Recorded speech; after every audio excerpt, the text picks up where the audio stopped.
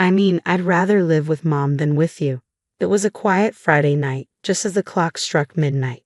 My husband, James, was engrossed in an online game in the living room while I was sitting at the dining table, working on some tasks I'd brought home. When James casually mentioned living separately, as if he were discussing the weather, I was stunned. Why? I asked, needing to understand his reasoning, especially since our marriage had been struggling lately. My name is Madison, I reminded myself. It was midnight on my 35th birthday, and I was in the middle of fertility treatments. James's sudden announcement felt like a bombshell, a cruel, unexpected birthday gift that left me completely speechless. Without taking his eyes off the game, James said, "You're 35 now, right? Even if you do get pregnant, it would be a high-risk pregnancy.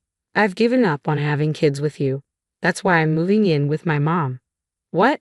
That doesn't make any sense. I shot back, baffled by the disconnect between giving up on children and his decision to live with his mother. James and I had gotten married the year before last. We initially planned to enjoy some time as newlyweds, but James was eager to start a family. As the youngest of 3 brothers, with each of his older brothers already married and having 3 kids each, James was often told by them that it's best to have children while you're young and energetic. Encouraged by this advice, we laughed it off and enthusiastically tried to start our own family, but a year passed without any success. At one point, James snapped, "You need to get this checked out." "Check what?" I asked, confused. "Find out why we're not having kids. There must be something wrong with you," he shouted.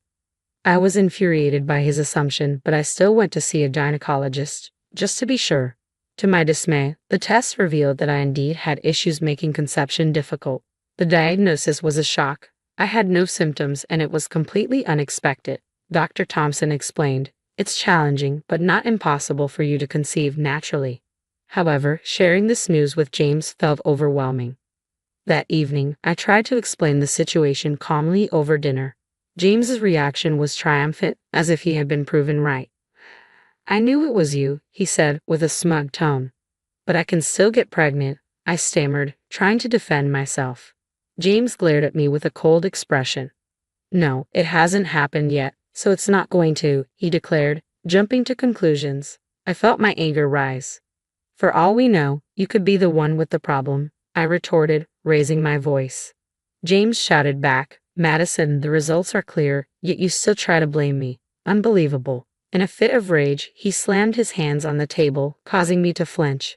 "You're just a failure who can't have kids," he spat before storming off to the bedroom. James's harsh words left me in tears as I cleaned up the dishes alone. I told myself that he was just shocked and lashed out in the heat of the moment. If we could just have a child, I believed we could be a happy couple again. Determined to win back his heart, I started going to the gynecologist regularly and learning more about our situation. My anxiety grew, and even on the days most likely for conception, we had no success. I became obsessed with the idea of getting pregnant. One morning, I cautiously suggested, "Let's try tonight, please." He responded with disdain, "Isn't it embarrassing to bring up such a topic first thing in the morning?" I blushed, feeling awkward. Though it felt uncomfortable, such discussions should be natural between spouses. Trying to keep my tone gentle, I continued, "You want children too, right?" But James coldly replied, "Honestly, I don't even want kids. They're too expensive. I only considered it because my brothers said a man isn't truly an adult until he has a wife and kids. But now, with this excuse from you, I couldn't care less." From then on, whenever I tried to initiate anything, James would refuse, claiming he was too busy or too tired. I was also exhausted from work, and the repeated rejections were a blow to my pride. Lately, James had become absorbed in online gaming, staying up late into the night. As a result, we hardly talked, let alone had any intimacy. It felt like James had lost interest not only in having children but in me as well. Despite everything, I continued to visit the gynecologist. I was taken aback by the sheer number of couples at the fertility clinic. The place was always bustling, and even with an appointment, a 2 to 3 hour wait was common. It was somewhat comforting to see so many couples facing the same struggles, all doing their best. Occasionally, I'd see couples leaving the doctor's office with tears of joy streaming down their faces. The wives, with still flat bellies, would gently touch their stomachs while their husbands walked closely beside them. I envied them deeply. I wanted a child too, hoping it would restore James's love and bring me happiness. I clung to the fragile hope that having a child would mend things. But I hit a roadblock when I learned that advancing to further treatments would require James to undergo tests. It might now be impossible. The walk back from the clinic always left me feeling desolate and on the verge of tears. As I stepped onto the main street, I noticed an elderly woman in flamboyant attire catching my eye. Her thick makeup and brightly colored dress were almost overwhelming. Though I couldn't recall knowing anyone like her, she had an oddly familiar presence that momentarily distracted me from my tears. Could that be my mother-in-law? I wondered, staring in disbelief. Even though we live in the same city, we rarely cross paths, so she looked completely different from what I remembered. But the distinctive mole on her cheek was unmistakable. My mother-in-law was supposed to be a modestly dressed, typical grandmother, so her radical change in appearance was shocking. I quickly blended into the crowd, trying to avoid her notice. The truth is, my mother-in-law is quite a character, indulgent with herself yet harshly critical of others. She's notorious for hurling insults that most would find shocking. She showers her youngest son, James, with favoritism, treating her other children merely as financial resources. Even her other sons detest her. When my father-in-law was dying of cancer last year, there was talk of her moving in with one of her sons, but both the eldest and the second son firmly refused. We expected the request might come our way, but she announced she would live alone while she was still healthy, possibly out of spite or simply due to her nature. After my father-in-law's passing, she made a scene, accusing everyone of being ungrateful for stealing an old woman's retirement money and took all his inheritance without sharing it. Despite attempts by my brothers-in-law and James to divide it legally, she refused to budge, and no one could prevail against her. She told me, "I have no interest in getting along with you, so don't come to my house," she said.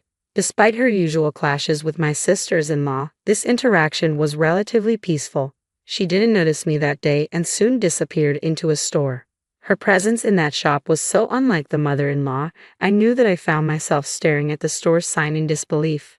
That night, I considered telling James about his mother's unusual behavior, but decided against it.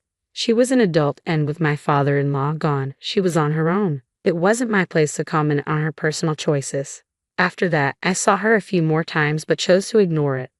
Months went by, and as my birthday approached, James brought up the idea of moving out. I asked him, "Is there someone else you're interested in?" I wondered if his talk about his mother was just an excuse and if he was planning to remarry. But given that he spent most of his days gaming at home, it didn't seem like he was seeing anyone. I almost laughed at my own cold reasoning. James replied, "Well, there's a girl in my gaming group I kind of like, but it's just online. For all I know, she could be a guy pretending to be a girl." His response only made the situation seem more absurd. If he could make rational judgments about his online interests, why was he suddenly talking about moving out? It made no sense to me. James simply repeated, "I just want to live with my mom more than I want to live with you." I couldn't understand why James would prefer living with his mother instead of staying with me. "So, have you come to dislike me and lost your love for me?" I asked, my heart itching just to voice the question. It felt as though he no longer needed me, a wife who couldn't bear children. I braced myself for his response, trying to hold back my sadness. "Not really." "What?" James's nonchalant reply caught me off guard. "Like I said before, I don't care about having kids anymore. What we need is a different financial strategy." "Financial strategy?" I repeated, puzzled by his unexpected words. James nodded with a calm demeanor. "Yeah, it's about my mom's inheritance," he said, his tone serious. I was confused, struggling to see the connection. My brothers are greedy. They'll use any excuse, like having more kids, to claim a larger share of mom's inheritance. I won't let that happen. I was stunned by his blatant admission but kept my thoughts to myself. "But your mother is in great health. Isn't it premature to be discussing inheritance?" "That's exactly the point. She dislikes you but favors me. Living with her now could give me an advantage in the inheritance. Plus, there's a substantial fortune my dad left her. We could live comfortably without working hard. We don't have children to look after us in our old age, so we'll need the money." James explained with a dismissive tone, but I was horrified by the implications. "So, you wanted children because you needed them to care for you in your old age.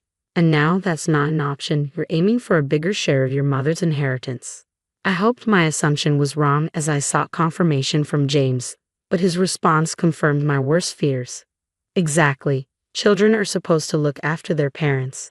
By living with my mom now, I might even secure the entire inheritance, James said, showing his strong allegiance to his mother and lack of intention to be fair. I remained silent, feeling the depth of his familial ties. James continued, when mom passes away, I'll move back in with you. You may not be able to have kids, but you're good at housework and bringing a decent salary. You're useful as a housekeeper. Understood. Let's get a divorce, I blurted out, my frustration overriding James's words. Who would agree to such terms? To live separately and then reunite later was an insult. I knew James, the pampered youngest son, had his flaws. But this selfish scheme was beyond forgiveness. I realized that staying with him would never bring me happiness. And at that moment, my love for James completely vanished. Let's get a lawyer to divide our assets and finalize the divorce. Divorce? I never mentioned anything about divorcing.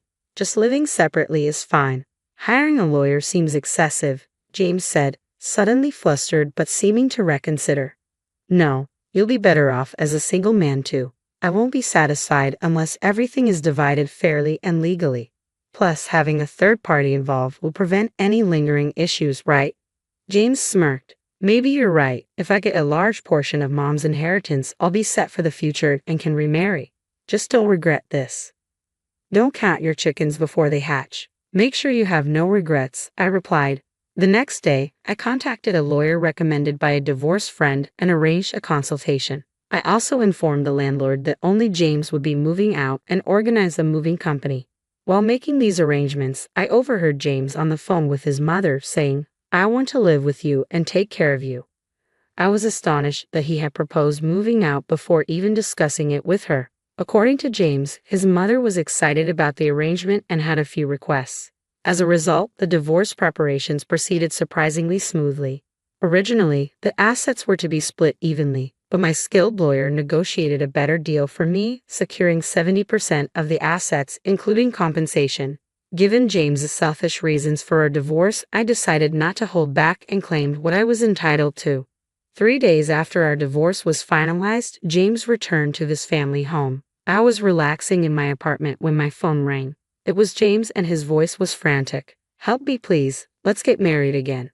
There's no inheritance. Mom spent it all on strippers. She's broke and deep in debt, and even the house is mortgaged. Well, that's unfortunate. Your mom was really into those strip clubs, I said, struggling to suppress a chuckle. Just days earlier, I had seen my former mother-in-law heading into a strip club. Curious, I had checked the price list and was shocked by the figures. She had been frequenting the place for some time, clearly spending a fortune. With James becoming obsessed with online gaming and neglecting visits, she had fallen for a stripper and squandered not only my father-in-law's inheritance but also her own retirement savings, accumulating significant debt in the process. Why didn't you tell me if you knew? James demanded. I don't criticize personal hobbies. I never stopped you from gaming, did I? I shot back. James hesitated, then tried to shift the topic. She's asking me to take out loans in my name, but that's not feasible. Could you give me the money from our property division? If we get back together, it's both of our money, right? Absolutely not. Why not? You still care about me, don't you? Your husband is in trouble here. I did love you when we were married, but when you suggested moving out, any affection I have for you vanished completely, especially now when it's clear you're only after money. There's no chance we're getting back together. But my mom's demanding that I give her all my salary. She says it's only natural for children to support their parents. She was always so kind to me alone. James whined pathetically, but his and his mother's entitlement, that they should come first and everyone else should cater to them, was something I had no desire to support. We're divorced now. We're strangers. Your family's problems are yours to deal with, I replied firmly before hanging up and blocking his number. I called my former sisters-in-law next. Although it had only been 3 days since the divorce, the urgency of the situation made it clear that waiting wasn't an option. I filled them in on the recent developments about my former mother-in-law and the details of the divorce. They expressed their sympathy and promised to deal with James. Soon after, my former brothers-in-law stormed into the family home, creating quite a scene. I heard about the commotion from one of my former sisters-in-law. After James' call, I decided to change the locks on my apartment for safety and made up my mind to move out. It felt like a complete break from the past. While searching for a new place, I discovered that the family home was up for sale. Though I could have inquired about James and his mother, I chose to focus on moving forward. I was ready to leave the past behind and start fresh. I'm now considering a pet-friendly apartment where I can enjoy a leisurely life with a cute